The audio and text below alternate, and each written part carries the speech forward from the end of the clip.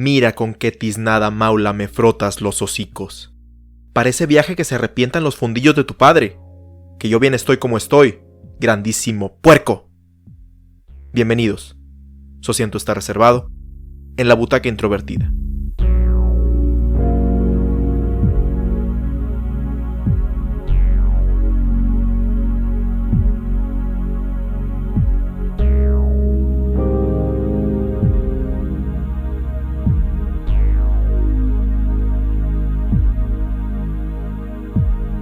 Simón del Desierto es un filme corto estrenado en 1965, escrito y dirigido por Luis Buñuel.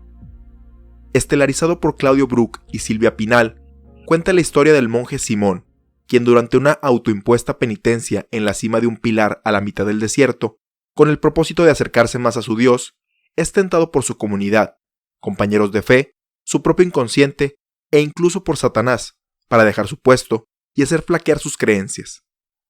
Luis Buñuel es uno de esos directores que si te gusta el cine y vives en México, vas a escuchar tarde o temprano, debido a que, aunque él nació en España, mucha de su obra está ligada con este país, al igual que con Francia. Previamente a ver Simón del Desierto, había tenido la oportunidad de ver El Ángel Exterminador, cuya crítica social aplicando el realismo mágico hicieron que me interesara más en su obra, lo que me llevó a encontrar la cinta de la cual hablaremos en este episodio. En una procesión en medio del desierto, una multitud va a adorar al monje Simón, quien se encuentra orando en la cima de un pilar. Después de 6 años, 6 semanas y 6 días, y gracias a la beneficencia de una de las familias más ricas de la comunidad, Simón está por cambiarse a un pilar más alto. En su camino, reniega toda caridad, el rango de sacerdote y el pasar tiempo con su madre, para encaminarse a continuar honrando a Dios. La multitud sigue aclamando a Simón, quien demuestra sus conexiones divinas al realizar milagros, en particular, devolverle las manos que le fueron cortadas a un ladrón, quien después de haber sido bendecido, parece no estar completamente arrepentido de sus actos. Después de que todos se retiran, Simón pasa sus días en medio del desierto orando y reflexionando sobre el sacrificio que está realizando, acompañado a lo lejos por su madre, que ha decidido vivir sus últimos días cerca del pilar donde se encuentra su hijo, y las ocasionales visitas de sus compañeros de fe, que van a acompañarlo a orar y a llevarle provisiones. Estas visitas invariablemente terminan en Simón impartiendo su visión de la religión ante sus visitantes, que van desde intercambios amistosos hasta intentos de acusarlo de ser un farsante. Adicionalmente, Simón comienza a ser visitado por Satanás, que con diferentes formas y retórica intenta seducir al creyente de dejar su puesto en lo alto del pilar, sin éxito alguno. Al final de la cinta, el demonio le dice a Simón que esta vez sí lo llevará a un viaje. En ese momento, un avión moderno pasa por encima de ellos, transportándolos a una disco de la época actual, donde Satán le dice a Simón que no podrá escapar, mientras ella se va a bailar rock and roll y la película termina.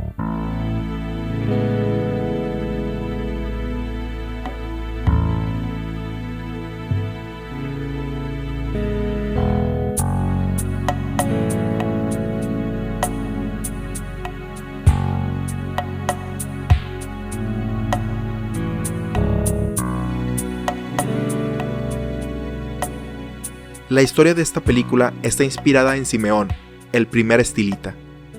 Los estilitas eran monjes cristianos solitarios que vivían en el Medio Oriente a principios del siglo V y quienes tenían la particularidad de transcurrir su vida de oración y penitencia sobre una plataforma colocada en la cima de una columna, donde permanecían ahí durante muchos años e incluso hasta la muerte.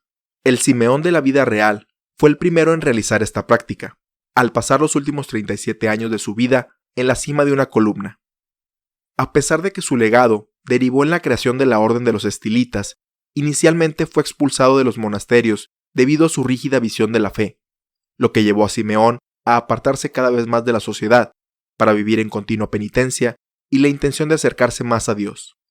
Primeramente, vivió en una cisterna seca, luego en una cueva y en las que serían sus últimas moradas, un pilar de 3 metros, y finalmente un pilar de 7 metros. Cada uno de estos lugares improvisados de oración simboliza un paso más en el alcanzar la iluminación, yendo desde lo más terrenal hasta llegar a encontrarse física y espiritualmente más cerca del cielo. Pero a la vez, Cada uno de estos cambios representa el incremento en la distancia de Simeón con la humanidad. Al director Luis Buñuel se le atribuye la frase «Gracias a Dios, todavía soy ateo», por lo que a pesar de no tener alguna creencia religiosa fuerte, la separación con su parte humana pudo ser el aspecto de la historia de Simeón que más resonó con él. Dentro del filme, representa a Simón cada vez más alejado de los humanos, donde nada le parece de acuerdo a su fe, juzga a todos de acuerdo a ella y no logra empatizar con ninguna de las personas que lo visitan. Para él, lo más valioso de la vida es su fe, incluso más allá que a su madre, a quien ni siquiera deja que lo abrace cariñosamente antes de subir a la columna. También rechaza todo tipo de reconocimiento por parte de sus compañeros de fe, al rechazar ser convertido en sacerdote, diciendo que no se lo merece. En contraste con esta conducta, durante los momentos en que Simón se encuentra sumido en su oración, donde olvida por un momento las palabras de sus plegarias, se deja llevar por su propio ego, diciéndose a sí mismo lo divertido y quizá provechoso que es impartir bendiciones en otros, y en ocasiones, dudando si lo que está haciendo es lo correcto. En uno de sus sueños, dice que está orgulloso de su libertad como hombre religioso, pero luego se detiene y piensa si esto en realidad es una autoimpuesta esclavitud. Dentro de la religión católica, el desierto es un lugar donde habitan las carencias, las tentaciones, ausencia de vida, el vacío existencial y la ausencia de Dios, sacando lo peor de los seres humanos de acuerdo a su canon. Casi toda la película se desarrolla en esta locación, por lo que la mayoría de los personajes, con excepción de la madre de Simón, son presa de estas tentaciones. Algunos de los monjes caen en actos relacionados con la lujuria, soberbia, ira y avaricia. Se implica que el pastor de ovejas utiliza carnalmente a sus animales.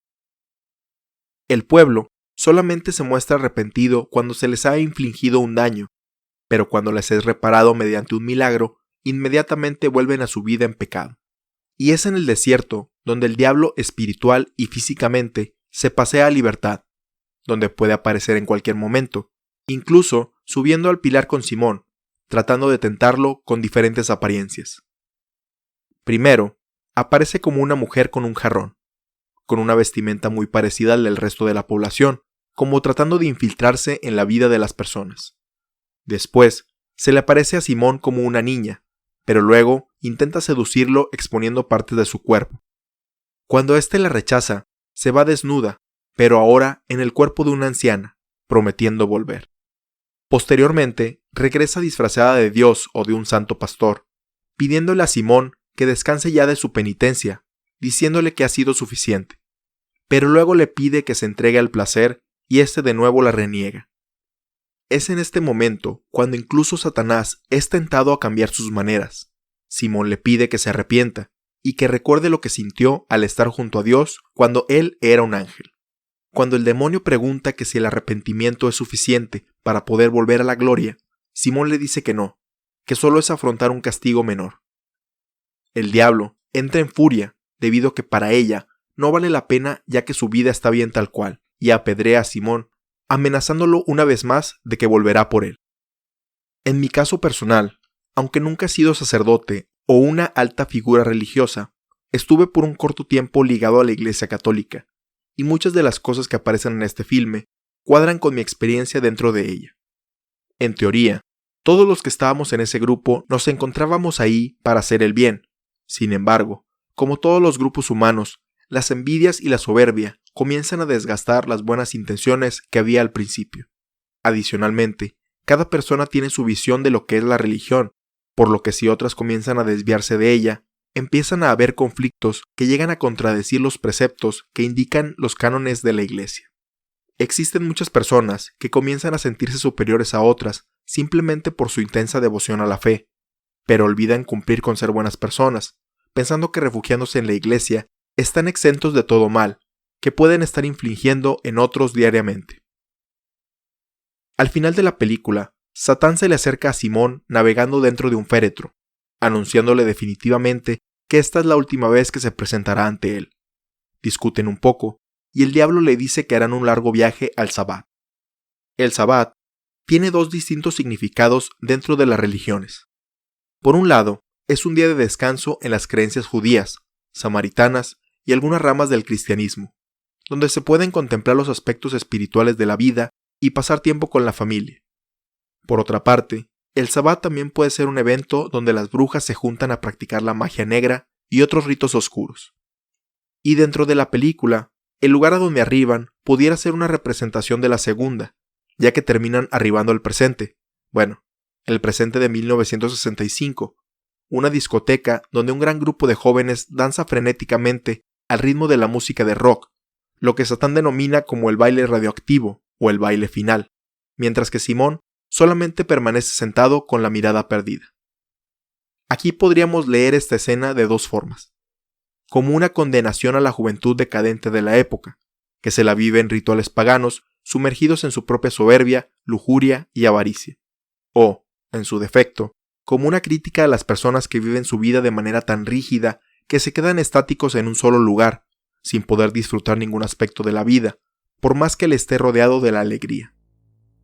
Como mencionamos al inicio de este episodio, Luis Buñuel no era precisamente una persona muy creyente, por lo que nos pudiéramos inclinar a la segunda interpretación del filme, aunque como siempre, esta queda a la percepción de cada uno de nosotros los espectadores.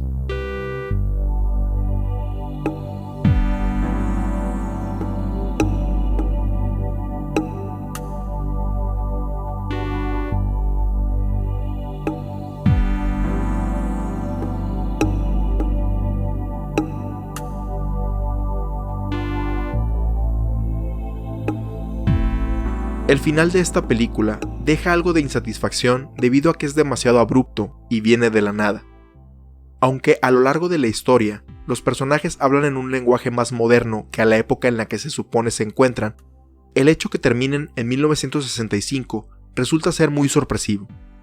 De acuerdo a diferentes versiones, aparentemente varios problemas económicos y diferencias creativas con otros productores y posibles directores complementarios de la película impidieron que se filmara de manera íntegra. Aún así, considero que el contenido del filme corto nos da para reflexionar sobre la influencia de la Iglesia, y llevar un estilo de vida regido estrictamente por la fe es la mejor manera de conducir nuestra existencia. En especial, si como en mi caso, hubo un periodo de tu vida donde estuviste por cualquier motivo ligado a alguna religión. En nuestro episodio anterior, veíamos cómo llevar una vida moral y buscar la justicia en la sociedad son aspectos que no pasan de moda. Pero, también debemos considerar que el ser demasiado estrictos con esta visión del mundo nos puede alejar de aquello que nos hace humanos. Llevar una vida de bien no solo significa recitar oraciones o aprenderse un texto sagrado. La bondad se debe reflejar en nuestras acciones, principalmente en la empatía con nuestras personas cercanas e incluso con los extraños.